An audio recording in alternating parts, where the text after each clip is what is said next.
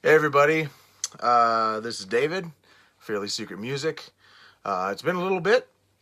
I did a video on Sunday. It was a vinyl video of stuff that I was going to get rid of, that I took down because right after I posted it, a friend of mine said he would take it all. So that was a nice bonus for this week. I got about $330 for about 32 albums. I had a lot of pretty rare metal in there. So because of that, I was able to buy some things this week, and I'm going to do an order maybe tonight with Wayside Music. And if people don't know what Wayside Music is, they're well, not strictly, but mostly a prog or jazz or whatever subgroups of prog there are. They're a great label, Cuneiform is the label that they have, but they are a great distributor, online order place that is a good resource for a lot of European stuff, a lot of hard to find prog and whatnot. I've picked up every Magma thing that I've got in my collection from them, except for like one or two things that just happen to be at the local place that I get music from. But first of all, I want to say a few things. It's pretty sad. Vinnie Paul passed away, the drummer for Pantera and Damage Plan. I was a fan of Pantera around the Cowboys from Hell and Vulgar Display of Power, and then I kind of lost interest after that, but it's still, the guy was only 54 years old. That's 9 years older than me, and yeah, there's not much information that has come out, but I just thought I would mention it and say that I loved those two Pantera albums, so hopefully other people are out there listening to Pantera tonight. I'm going to go through some of the things that I've purchased recently. It's going to be a lot of weird stuff for everyone. And then I'm going to do kind of a discography review, or overview, I should say, of the Lizzie Borden albums. All right, so first thing is the Dead Daisies' new album, which is called Burn It Down. Dead Daisies has John Corabi, Doug Aldrich, and Marco Mendoza. I believe he is still in the band. This band has had kind of a revolving lineup of people. Let me find out. John Corabi on vocals, Doug Aldrich on guitars, David Alawi on guitars, Marco Mendoza bass, and this album actually has Dean Castronova, who Doug plays with Jack Blade and Dean in Revolution Saints. And if you have not heard that band, that is a great band to listen to. Their first album was really good. Now, I have one other Dead Daisies album, and that one's pretty good. This one's I've only listened to once. I will say this, I'm not a fan of the cover song. If you are going to make an album, don't waste my time with having a cover song. Very rarely is there a cover song that I really like. I was just listening to Seduce's Too Much Ain't Enough, and my friend said that he didn't like their version of Slider. Slider by Seduced is Seduce, I should call them, is one of the few cover songs that I actually do like. But these guys on their last album did not one but two cover songs, and then on this album, same thing, and they have it like right in the middle and then right at the end. And I don't quit it. Write some songs. So I got this for like $3.99 because there's a local place that will have albums on the listening station, and then once they are done, they basically put them out used. So this comes with a fold like this. I'm going to show this booklet to show you what kind of fools whoever is coming up with their artwork is. The last album had partial lyrics. This thing has all of this and all of these photos, and then you go to this other booklet and it has song lyrics for Rise Up, that's 1, Burn It Down, 2, Resurrected, 3, and Dead and Gone, 4. And then it says you can find the remaining lyrics at deaddaisies.com lyrics. Fuck that. Sorry guys, but that's dumb. You had all this space to give me the lyrics, and you're making me go to a website to get them. That's just ridiculous and shitty packaging, if you ask me. 2 booklets, no complete lyrics. This is a pet peeve of mine, and the reason I am such a stickler for people put your damn lyrics in your CDs is back in the day when I listened to King Diamond Abigail, I wanted to know what he said, but nobody had lyrics anywhere. So, yeah, that's why I've bought both of their albums used, because honestly, it irritates me. That's really not why, but that's why I bought this one used. I bought this for 99 cents. Music to Make Love By. It's a weird compilation.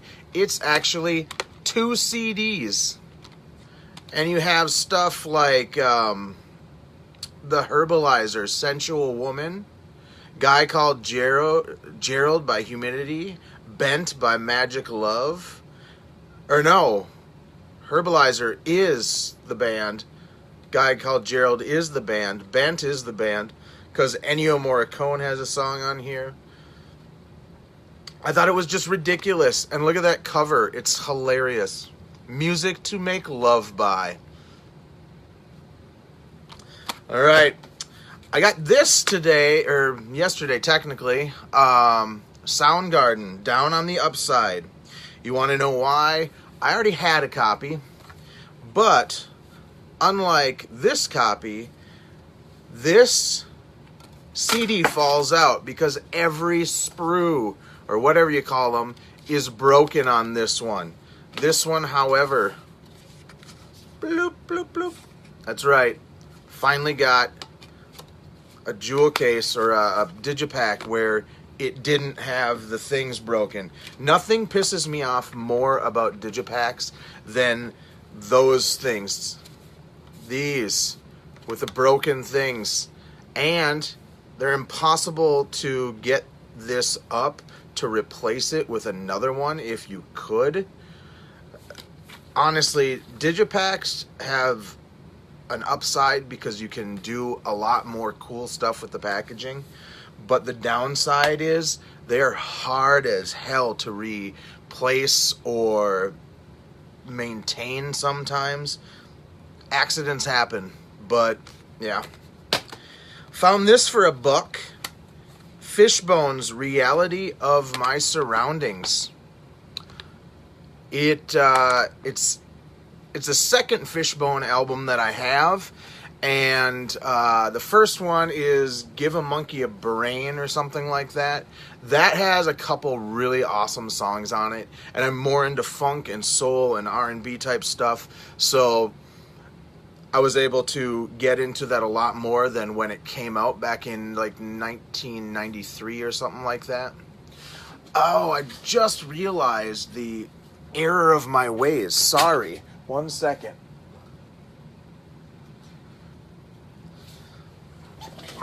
That's why.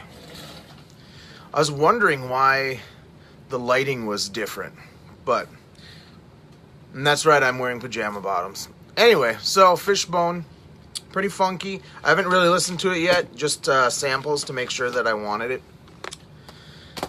I got this album. I'm going to start taking the artwork out if it works.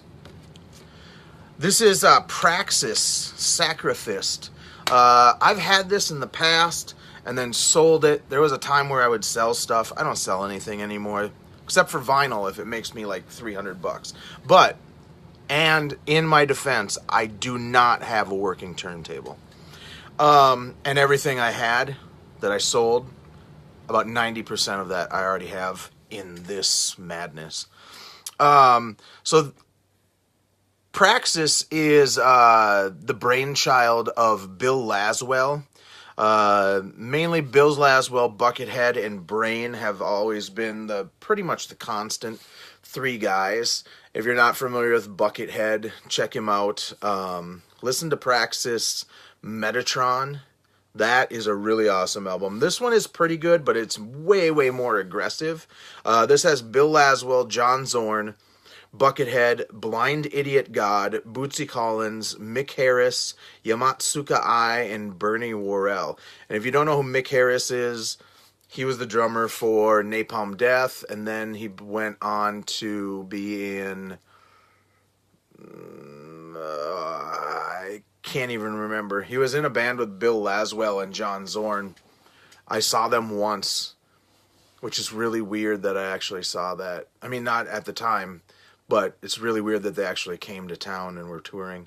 Yamatsuka Ai played or sang with The Boredoms and Naked City. So this one is pretty aggressive, but if you like those players, give it a shot. The last artist that I've gotten stuff from is a band called Am Spoonbender. This is the drummer from Thought Industry. After he left Thought Industry, he played with a band called pop punk band called Pansy Division, and then he started Am Spoonbender. This is the first EP, I believe, or the second. I'm not 100% sure. This is actually only 3 songs. But if you're a fan of, let's see, like Tortoise or Trans Am, their first album, which is called Sender Receiver, is really in that vein. Not a direct copy, but it's just got great drumming, great bass playing, keyboards. There's not a lot of guitar in this band. So this one is called Shown Actual Size. And this one is called Teletwin. There was a vinyl version of this that is a 3-sided vinyl, where on side 2 there are 2 separate places to start the album. So depending on which groove you put it in, you'll get a whole separate side 2. I do have Sender Receiver. I just got it today. But the eBay guy who sold it basically said it was in good condition, new and sealed. And I did not notice the good condition, or I just overlooked that because it said good sealed. I got it. It wasn't sealed. It had a bunch of radial scratches. It started skipping on like track 10. So I gave it to my friend to buff out for me. So hopefully I will have that back in working order. Another cool thing with Spoonbender or Thought Industry, because of that Thought Industry video that I did, their former drummer, who was the first drummer, his name is Dustin Donaldson, got in contact with me, and some cool things are in the works. So that was really awesome that happened within the last week or two, and it's always cool when somebody you admire is a really nice person. And I will keep you updated on things that are happening with that. All right, so let's get into Lizzy Borden. Lizzy Borden were a band from California, I believe. Maybe I should look this up before I start spouting off stuff. This was their first EP. This actually it's called Terrorizing. But this album, I believe, let me see. I think they had an album or an EP. Oh, there it says right there on the cover. Includes the EP Give 'Em the Axe. So this is an 8-song thing. They have White Rabbit on here, another cover. Back when I started listening to a lot of these bands, if they had a cover on the thing, I was way more open than bands now. So yeah, they were from Los Angeles, with Lizzy on vocals, Gene Allen, Joey Scott on drums, which Joey Scott is actually Lizzy Borden's brother. Alex Nelson, Tony Matuzak, Mike Davis, Joey Vera actually played on here. There was a song on here called Don't Touch Me There, which had Betsy from Bitch, if anybody remembers that band, Bitch. Catch Your Death, Terrorizing, Give 'Em the Axe, Kiss of Death, No Time to Lose, and Long Live Rock and Roll. And this was an okay thing. Some of the songs end up being on other albums.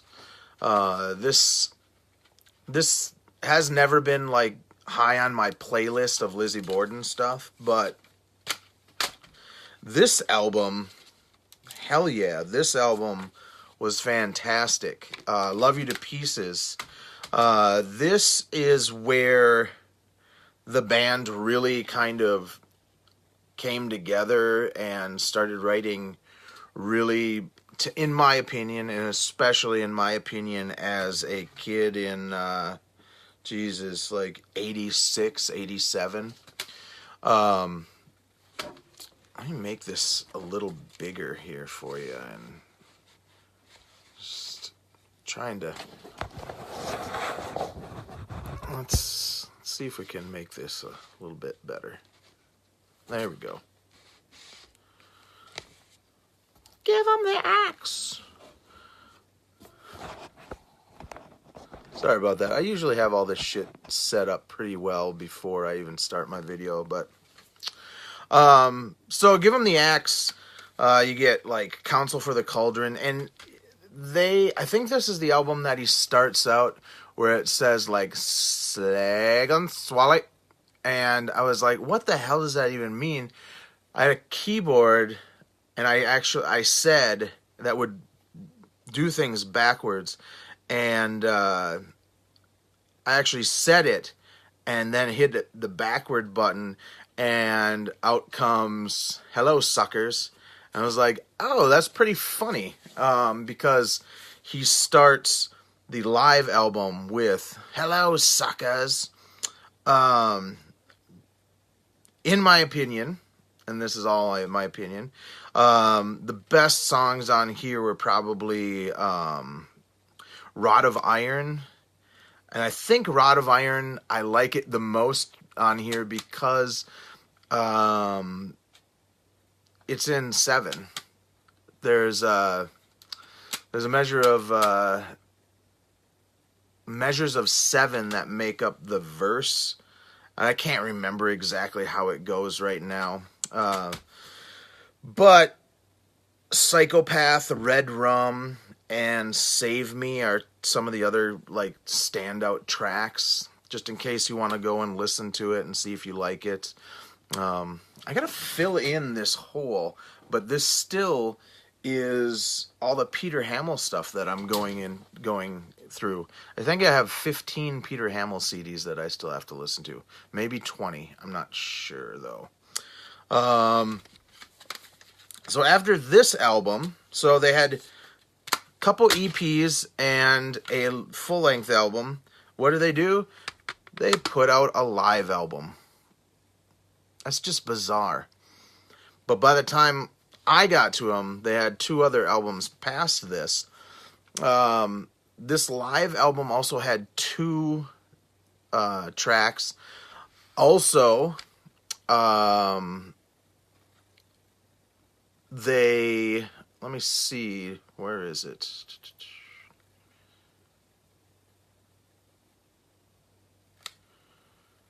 Well, if I remember correctly, they played, God, what was that song by Wings? They did a cover of a Wings song, but it's not listed on here that I can... Oh, Live and Let Die. Yeah, they did Live and Let Die, which I'm a big McCartney fan. I'm a big Beatles fan. This is not a great cover, but when I was younger, I thought it was cool because I really never listened to the original. I would also like to state for the record that, I don't know if you can see this. Let me see if... I mean, it doesn't look bad on video, but if you saw this up close, it just kind of looks like cheap printing. Same with the cover. I mean, even though it's, you know, it's a live photo and whatever. This one's called Murderous Metal Roadshow. At one point in the thing, he brings out, like, somebody and pretends to cut off her head and stuff like that. And he's spurting blood. It was weird. They were kind of like this Alice Cooper meets Kiss kind of shock rock thing. But the cool thing is, look at this. It's a live album. You get the lyrics to every song. That made young David really happy. And these are the remastered. This is the remastered version, which, as I've said before, or reissued. I don't necessarily know if they are remastered, but it comes with a lot of liner notes, or not liner notes, but pages for the lyrics and photos and stuff like that. And this version has bonus tracks, a lot of live demos or demos. So we'll move on to Menace to Society, which honestly, I kind of think is their best album. A lot of people will disagree with me. This is the original version. This is the remastered version. And honestly, I like the sound of the original version better. But the remastered version had like live demos and demos on it.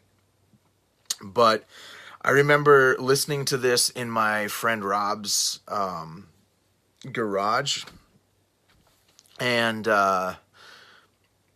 his brother coming in after we were done listening to it, and he just like, "What is that you're listening to?" And he starts yelling, "Generation! Generation!" Because that's all he could make out is, or Generation Aliens. And he's like, "You guys, all these bands you listen to, they're just whispers in time." And I've used that quote on other people's music a lot over the years. The standout tracks on this are probably, there's a lot of good stuff on here. Notorious, Stiletto. I used to be a big fan of Ursa Minor and Bloody Mary. They're kind of weird, what do you call it? Like almost power ballads. But the older I get, the less I enjoy them. I like honestly, Notorious is fantastic. That is the song to listen to if you want to see if you like this album. The original artwork that Metal Blade put out was pretty minimal. It had lyrics.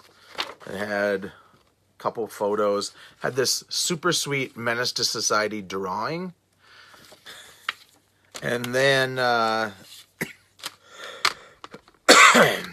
then you go to the remaster, or I'm going to find out if this is actually remastered. Let me see.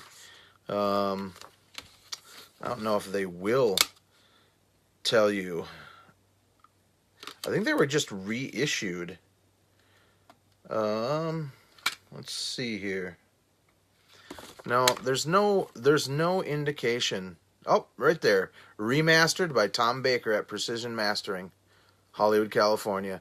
I might do a comparison to see why I think I like this better. But a lot of mastering these days, they just add bass, they add volume, and that's all they do. So you get photo outtakes. And let me know if you like me showing the artwork and stuff, because I'm always curious as to what is in things, especially packaging where I'm like, well, I already have the original. Is it worth getting? So Menace to Society, probably my favorite Lizzie Borden album. Not 100% sure on that because, I mean, there is Me Against the World, or Visual Lies, and this has the big song that everybody remembers Lizzie Borden for is Me Against the World. But that was not the best song on here. The title track was amazing. Lord of Flies, Visions. Visions is a fantastic closer. Unfortunately, this remaster version has bonus tracks. I guess not unfortunately, but I like it when they put bonus tracks and stuff on a separate disc so I can hear the album as it was supposed to be. King Diamond Abigail is a good example of that. After The Black Horseman ends, I don't want to hear Shrine, or whatever the heck that song is called. What is that called? Where's my King Diamond?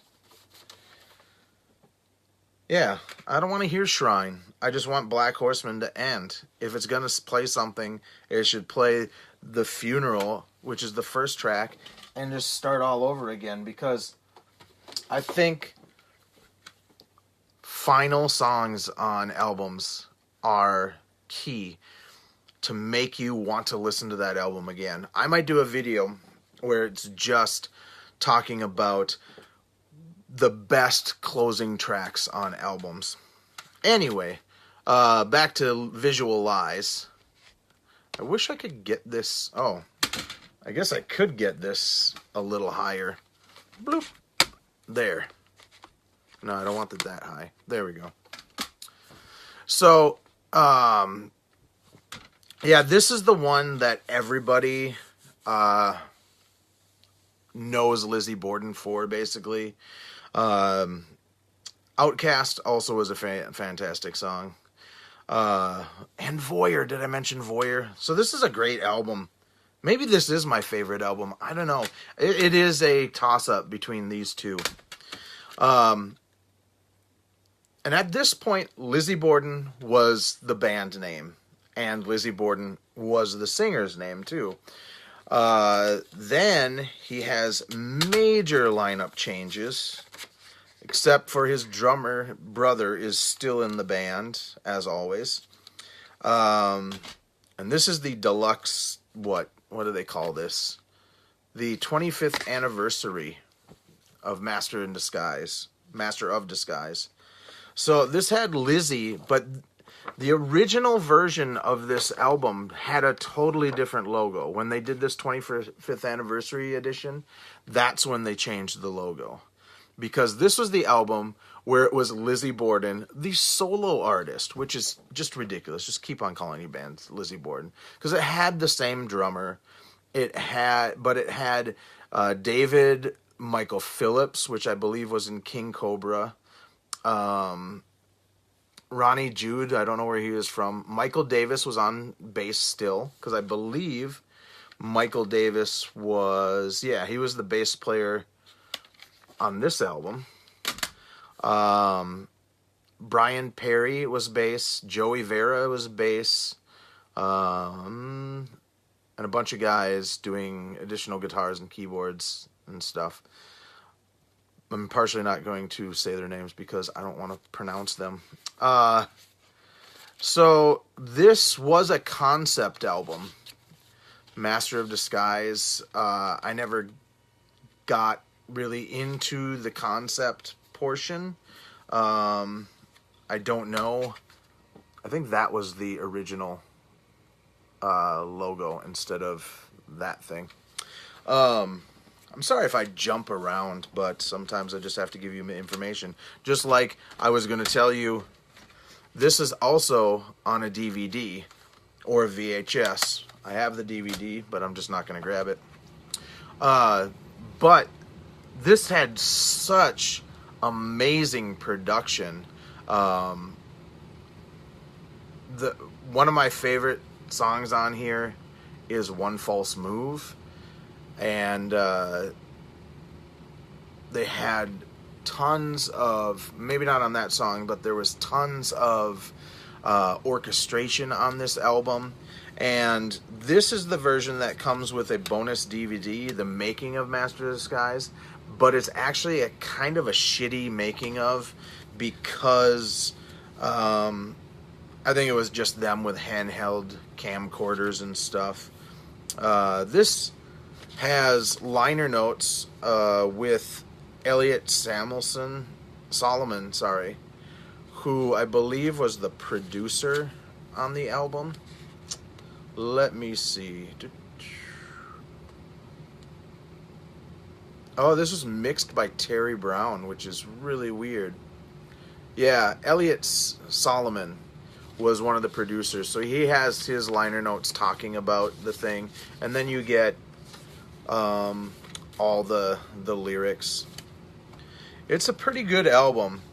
This was a little bit past what I thought was their prime stuff, but it was a lot better than the last two that they did. They did Deal with the Devil. Nice Todd McFarlane cover. There are a couple really good songs on here, but between this one, which came out in 1989, and this one, which came out in 2000, holy crap, it's like 11 years. Let me see if that's correct. Let me see the... So... Yep, Master of Disguise came out in 89. I remember I was kind of seeing this girl, and I was excited about this album, and she showed no interest, and I think that made me less interested in her. Not this album, but this album. So I think I saw them on this tour, or this tour, the follow-up. No. Yep. I saw them on this tour, but they were still touring for this album, and it was like, oh God, what year was that? Like 2002? They had still been touring for the same album for 2 years. Then came out Appointment with Death in 2007, and that's where they went for the more like visual thing. I'll show you. They changed their look a bit, you know, from being this band to being like that. Can you see that? Ooh, we're all ghouly and stuff. I don't know. They seem to kind of at least fit a niche market, you know. But unfortunately, these last two albums don't really do a lot for me, but I would much rather listen to this one or this one over Lizzie and his brother's band, which was called Starwood.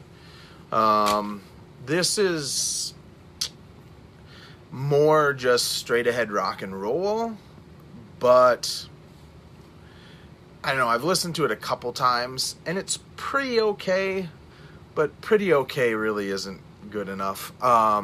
Lizzie Borden also has a new album out. I don't even know what it's called. It's called My Midnight Things.